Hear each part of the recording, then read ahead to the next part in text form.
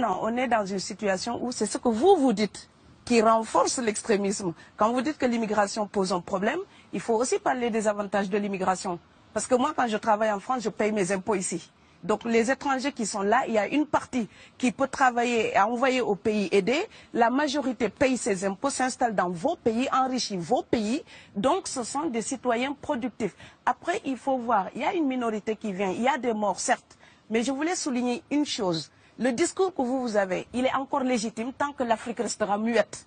Et moi, aujourd'hui, je voulais m'indigner pour le silence de l'Union africaine. Les gens là qui meurent sur les plages, et je mesure mes mots, si c'était des Blancs, la terre entière serait en train de trembler. Ce sont des Noirs et des Arabes.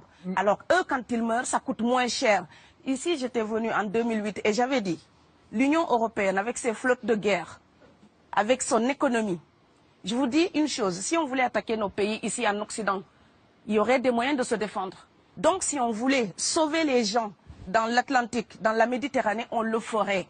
Parce que les moyens qu'on a mis pour Frontex, on aurait pu les utiliser pour sauver les gens. Mais on attend qu'ils meurent d'abord. C'est à croire que le laisser mourir est même un outil dissuasif. Et je vais vous dire une chose, ça ne dissuade personne. Parce que quelqu'un qui part et qui envisage l'éventualité d'un échec, celui-là peut trouver le péril absurde et donc l'éviter.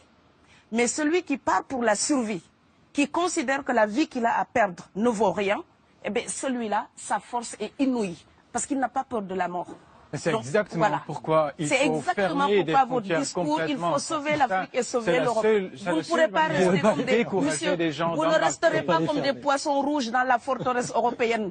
La crise actuelle nous a démontré ça. Au jour d'aujourd'hui, l'Europe ne sera plus jamais épargnée tant qu'il y aura des conflits ailleurs dans le monde. L'Europe ne sera plus jamais opulente tant qu'il y aura des carences ailleurs dans le monde. On est dans une société de la mondialisation où un Indien gagne sa vie à Dakar, un Dakarois gagne sa vie à New York, un Gabonais gagne sa vie à Paris. Que ça vous plaise ou non, c'est irréversible. Alors trouvons une solution collective ou bien déménager d'Europe parce que j'ai l'intention de rester. Quand quelqu'un part, c'est comme quelqu'un qui est élu, choisi, peut-être le plus débrouillard. Et il y a tout un clan ou toute une famille qui pose son espoir sur cette personne-là. Monsieur, là, je vous vois bien habillé, bien nourri. Si vous étiez affamé chez vous, peut-être que votre famille serait ravie d'imaginer que vous pourriez aller gagner de quoi faire vivre les autres. Donc c'est aussi une solidarité qui est en œuvre. On laisse partir quelqu'un, on compte sur lui. Vous allez me laisser terminer. Et Schengen, entre guillemets Schengen, ça me permet d'être invité aux Pays-Bas, monsieur, donner des conférences dans vos universités. Quand ils trouvent que mon cerveau est convenable, là, ils l'utilisent. Par contre, ils sont embêtés à l'idée d'avoir mon frère, qui n'est pas aussi diplômé que moi et qui pourrait avoir peut-être envie de travailler dans le bâtiment. Donc, vos pays deviennent schizophrènes.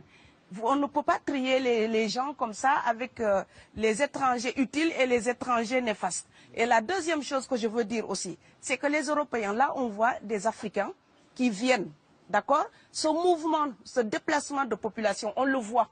Mais on ne voit pas le mouvement des Européens allant vers les autres pays. Alors celui-là, c'est le mouvement des puissants, ceux qui ont l'argent, ceux qui ont le bon passeport. Donc vous allez au Sénégal, vous allez au Mali, vous allez dans n'importe quel pays du monde, au Canada, aux États-Unis, partout où je vais, et je voyage tout le temps, je croise des Français, des Allemands, des Hollandais. Je les rencontre partout sur cette planète parce qu'ils ont le bon passeport. Donc, comme avec l'exotisme, l'Europe s'était arrogé le précepte unique, unilatéral, de l'exotisme. Les autres sont exotiques. Alors que pour quelqu'un de mon village, il n'y a rien de plus exotique que quelqu'un d'Amsterdam. Maintenant, pour l'étranger aussi, pour les voyages des temps modernes avec la mondialisation, quand les pauvres viennent vers vous, il y a des mouvements de foule qu'il faut bloquer. Mais quand vous, avec votre passeport et avec toutes les prétentions que cela donne, vous débarquez dans les pays du tiers-monde, là, vous êtes en terrain conquis. Donc, on voit les pauvres qui se déplacent, on ne voit pas les riches qui investissent dans nos pays. L'Afrique se développe en taux entre 5 et 10%. Ce n'est plus de la progression, c'est de la surchauffe.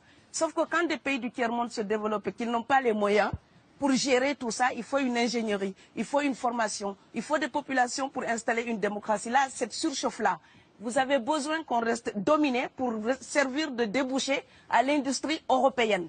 Alors il faut arrêter l'hypocrisie. On sera riches ensemble ou on va se noyer tous ensemble. Et je pense que l'Afrique et l'Europe, par exemple, sont là comme des enfants qui se regardent à travers un miroir déformant.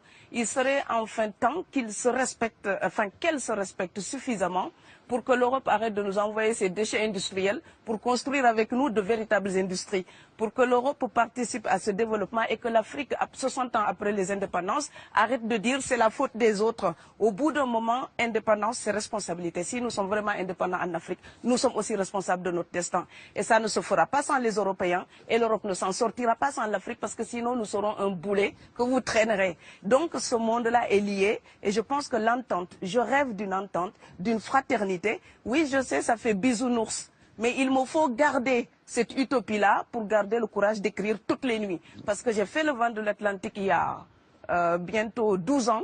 Aujourd'hui, à l'époque, quand je parlais de dizaines de morts dans l'Atlantique, on me disait « tu exagères ». Maintenant qu'on les ramasse par milliers, je suis absolument triste de devoir réaliser tout simplement qu'en tant qu'auteur, je ne fais que répondre à l'injonction de Schiller. La dignité de l'homme est remise entre vos mains, gardez-la.